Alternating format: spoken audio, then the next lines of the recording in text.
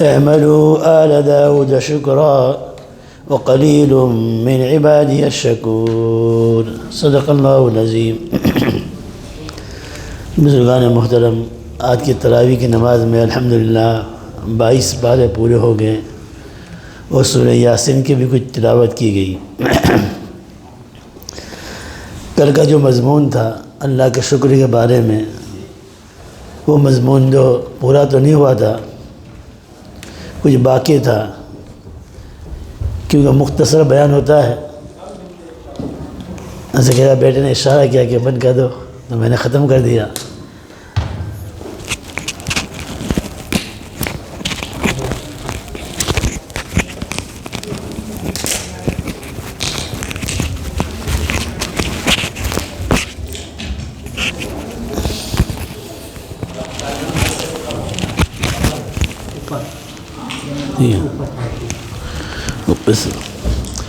تو وہ قصہ جو دو ہے وہ بھی اسی سے ملتے جلتے مضمون کے ساتھ ہیں، اس لیے میں آج اس بیان کو پورا کر دوں گا۔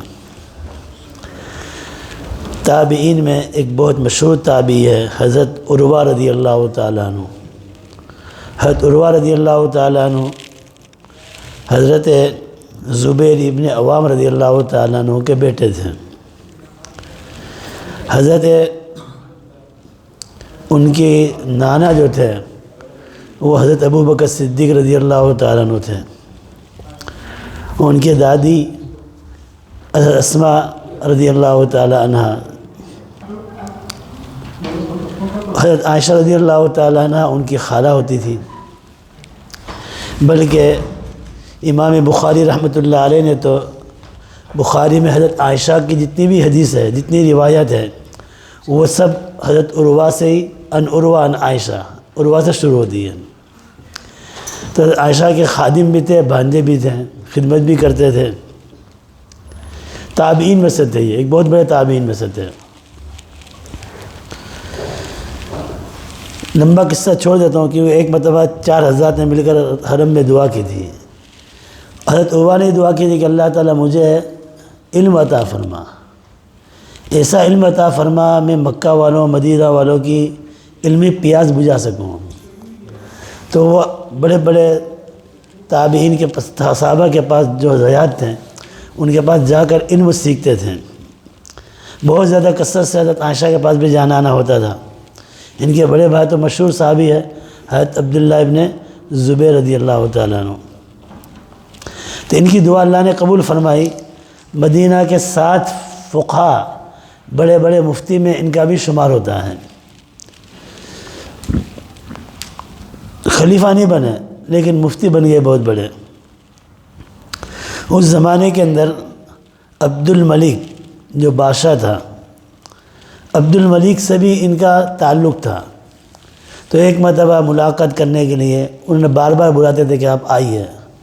تو ایک مرتبہ ان کی دعوت پر ان کے گھر گئے، انہوں نے بڑا اکرام کیا، بڑا استقبال کیا، ان کا بڑا خیر مقدم کیا، بڑی ان کی خاطر تواضع کی۔ ان کے ساتھ ایک ان کا بیٹا تھا محمد، اس کو بھی ساتھ میں لے گئے تھے۔ بیٹے تو بیٹے ہوتے ہیں نا، چھوٹے بچے ہوتے ہیں بڑے۔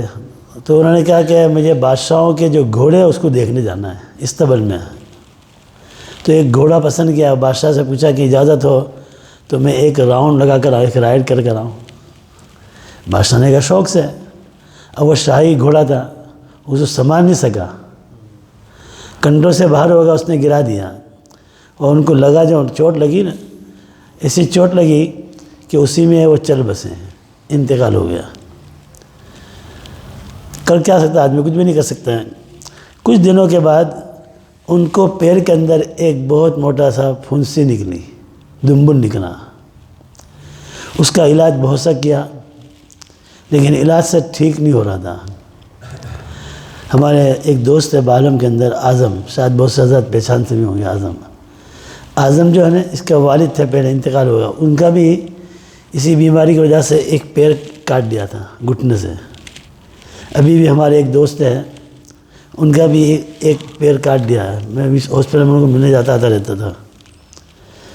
تو یہ بابا جو تھے اعظم کے، یہ ہمارے ساتھ مسجد سے نکلتے تھے اور وہ خالص پنجابی بولتے تھے، اور میں اردو بولتا تھا. وہ میری بات سمجھ لیتے تھے, میں ان کی بات سمجھ لیتا تھا. تو جب بھی مسجد ساتھ میں نکلتے تھے تو میں اس وقت لیٹ روڈ پہ رہتا تھا. تو پہلا گھر میرا آتا تھا, تو مڑتا تھا تو مجھے کہتا تھا مولوی جی, مولوی روٹی شوٹی کھا لو. نہیں کہ بابا روٹی کھانا, روٹی نہیں کھانا ہے. تو وہ پھنسی نکلی تھی, بہت علاج کے باوجود بھی اچھا نہیں ہوا. تو اس زمانے میں طبیب اور ڈاکٹر نے کہا کہ اس کا علاج یہی ہے کہ یہ پیر اتنا گھٹنے سے کاٹ دیا جائے. یہ کاٹ دیں گے تو باقی بدن بچ جائے گا, ورنہ اگر نہیں کاٹیں گے تو سڑن لگے گی آگے بھی, اور پورا بدن آپ کا خراب ہو جائے گا. تو انہوں نے کہا اچھا کاٹ دو. تو تاریخ طے کی, ان کو بلایا. جب ان کو بٹھایا کاٹنے کے لیے, تو طبیب جو تھے ڈاکٹر, ایک پیالے کے اندر کوئی چیز لے کر آیا, لال شربت لے کر آیا. جانتے ہیں لال شربت؟ نہیں کہ یہ پی لو. نہیں کہ اس میں کیا ہے؟ نہیں کہ اس میں شراب ہے. میں یہ واقعہ سے سناتا ہوں کہ شکر کے 3 طریقے ہیں نا. ایک طریقہ کیا ہے؟ دل محسوس کرے. ایک نمبر کیا؟ زبان سے بھی اللہ کا شکر ادا کرے. اور تیسرا نمبر کیا ہے کہ کوئی ایسا کام نہ کرے جو اللہ کے مرضی کے خلاف ہے. جس بدن میں جتنے بھی پارٹس اعضاء ہیں, اس کو جس مقصد کے لیے بنایا ہے وہ مقصد میں لگانا. اگر غلط مقصد میں لگاتا ہے تو اللہ کے اس عضو کی ناشکری ہے. جیسے بد نگاہی کرتا آدمی تو آنکھوں کی ناشکری ہے. چوری کرنے جاتا ہے قدم میں چل کر تو یہ قدم کی ناشکری ہے. سمجھا بات؟ اس کو بہت مختصر سمجھاتا ہوں. تو انہوں نے کہا کہ اچھا ہے, یہ پینے سے کیا ہوگا؟ لیکن یہ پینے سے آپ کو بے ہوشی ہو جائے گی. پھر ہم آپریشن کریں گے تو آپ کو تکلیف محسوس نہیں ہوگی. آج بھی کیا کرتے ہیں, انجیکشن لگاتے ہیں یا تو دوا سمجھ, آدمی بے ہوش ہوتا ہے, پھر کاٹ لیتے کاٹ. تو انہوں نے کہا اچھا اگر میں نے پینے آئی ہے, آپریشن ہو گیا, اس کے بعد میں کتنا زندہ رہوں گا؟ نہیں تو کوئی گارنٹی دیتا نہیں کتنے دن زندہ نہیں. 100% تم گارنٹی دو کہ اتنے سال زندہ رہوں گا, تب بھی میں اس کو پیوں گا نہیں شراب کو. یہ حرام ہے, میرے مولا نے حرام کرا دی, نہیں کہوں گا. اللہ ہم سب کی حفاظت فرمائے. شراب جو ہے نا ام الامراض ہے, ساری برائیوں کی جڑ جو ام الخبائث ہے, ساری برائیوں کی جڑ جو ہے نا شراب ہے. یہ میں نہیں پیوں گا. تو انہوں نے کہا اچھا. تو پھر اس کے بعد انہوں نے اچھے موٹے تازہ آدمی کو 4-5 آدمی کو بلا کر لائے. سب کھڑے ہو گئے. نہیں کہ یہ کیوں لائے؟ نہیں کہ ہم آپریشن کریں گے تو آپ کو بہت تکلیف ہوگی, تو یہ آپ کو ایک طرف سے پکڑا, ایک طرف پکڑا, سب کو پکڑ کے آپ کو رکھیں گے. کیونکہ اگر ہم نے آپریشن کرتے کرتے اگر آپ نے پیر کھینچ لیا تو معاملہ اور زیادہ بگڑ جائے گا, کیس بگڑ جائے گا. اس لیے ہم لوگ نے 4 آدمی کو رکھے ہیں. حضرت عروہ بن زبیر رضی اللہ نے فرمایا اس کی ضرورت نہیں ہے. اچھا ایک بات بھول جاؤں گا بھائی, میں حضرت زبیر رضی اللہ روزانہ 1 منزل قرآن کی تلاوت کرتے تھے تدبر کے ساتھ. 7 منزل ہے, 7 دن میں قرآن. لیکن ہماری طرف فارسی پڑھتے تھے, وہ بہت کی باتوں پر غور کرتے تھے. اعملوا آل داؤد شکرا, تدبر. اللہ کیا فرماتے ہیں یہاں, اے اولاد آدم میرا شکر ادا کرو.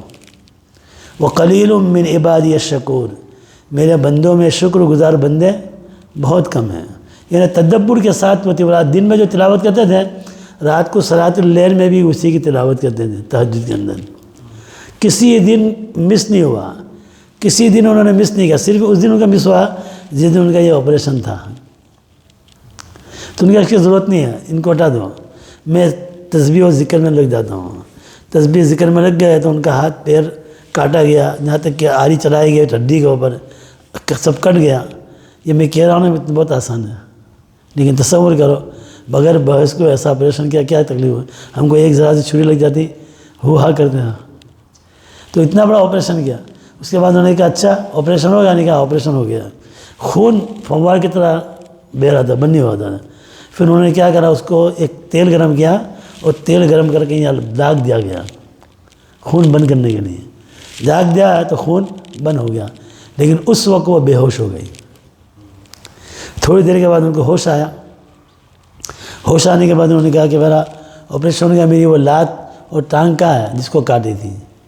تو لوگوں نے لا کر ان کو دی, انہوں نے ہاتھ میں پکڑی. یہ سنانے کے لیے میں قصہ بیان کرنا. اس کے بعد انہوں نے کہا اے مولا تو نے 4 بیٹے دیے تھے, ایک بیٹا تو نے لے لیا. تو نے 4 اعضاء دے, 2 ہاتھ اور 2 پیر دیے تھے, ایک پیر تو نے لے لیا. اے میرے مولا تیرا شکر کس ادا کروں کہ تم نے دیا بہت زیادہ لیکن کیا کم۔ اس مصیبت نے بھی شکر کا پہلو نکال لیا، یہ بہت بڑی بات ہے نا۔ میرے والد صاحب جو تھے وہ 2004 میں ان کا انتقال ہو گیا، تو یہ رمضان کا مہینہ تھا، تو والد صاحب کی طبیعت بگڑی تھی بہت زیادہ، تو وہ گھر میں نماز پڑھنے عشاء کی جا رہے فجر کی جا رہے تھے، تو کرتا اتارنے گئے، کرتا پہننے گئے تو گر گئے، تو گھر والوں نے کچھ ہوگا تکلیف، پھر ہاسپٹل میں لے گئے، تو ڈاکٹر نے کہا تمہارے کچھ خرابی جو ہے نا وہ دماغ کے اندر ہے، کیونکہ بے ہوش گر گئے نا تھوڑی دیر کے لیے۔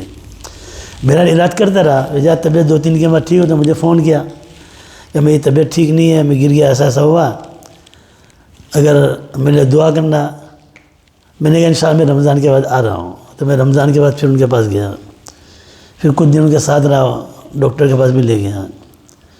تو والد صاحب جو تھے نا وہ کھانے پینے کے بہت شوقین تھے، اس سے زیادہ کھلانے پلانے کے شوقین تھے۔ کھانے پینے تو شوقین تھے لیکن اس سے زیادہ کھلانے پلانے کے۔ تو آخری عمر میں نے ان کو ریٹائر کر دیا تھا، تو میں نے ان کو کہا تھا اللہ اللہ کرو اور جماعت میں جاؤ تو جماعت میں جاؤ، تو مجھے فون کیا خط لکھتا زیادہ کہ میں یہاں اجتماع میں جانے والا ہوں، مجھے 300 روپے بھیج دیں۔ اب وہ اجتماع میں 100 روپے بھی خرچ نہیں ہوتا تھا، وہ مجھے مطلب 300 روپے بھیج دیتا تھا، لیکن میں چلا جا رہا ہوں 5000 بھیجنا، تو 5000 1000 میں چلا ہو جاتا، لیکن وہ مانگتے تھے 5۔ بعد میں پتہ چلا کہ وہ 5000 اس لیے دیتے تھے سب دوستوں کو کھلاتے تھے اس میں سے۔ صبح میں ان کا پیٹرن ہے، کوئی نہیں کوئی دوست ان کا ہوتا تھا چائے کے لیے بھی، شام کو بھی ایسا، اور وہ جتنے نوجوان ہیں ان سب کو اس کا ذہن بنا کر سب کو جماعت میں لگایا تھا۔ تو اب آخر میں بیماری کے اندر کھانا ان کا بند ہو گیا، جو بھی کھاتے تھے نا وامل ہو جاتی تھی، بہت پریشان تھے۔ پھر لیکوڈ دینا شروع کی، تو بہرحال ایک دن میں گھر لے کر آیا ان کو ہاسپٹل سے، تو بہت سے مہمان آئے، تو ایک مہمان آئے تو ان کو سامنے وہ کہنے لگا کہ میرے دعا کرو کہ میرا کھانا بنے، میرا کھانا شروع ہو جائے۔ انہوں نے دعا دی میزبان نے۔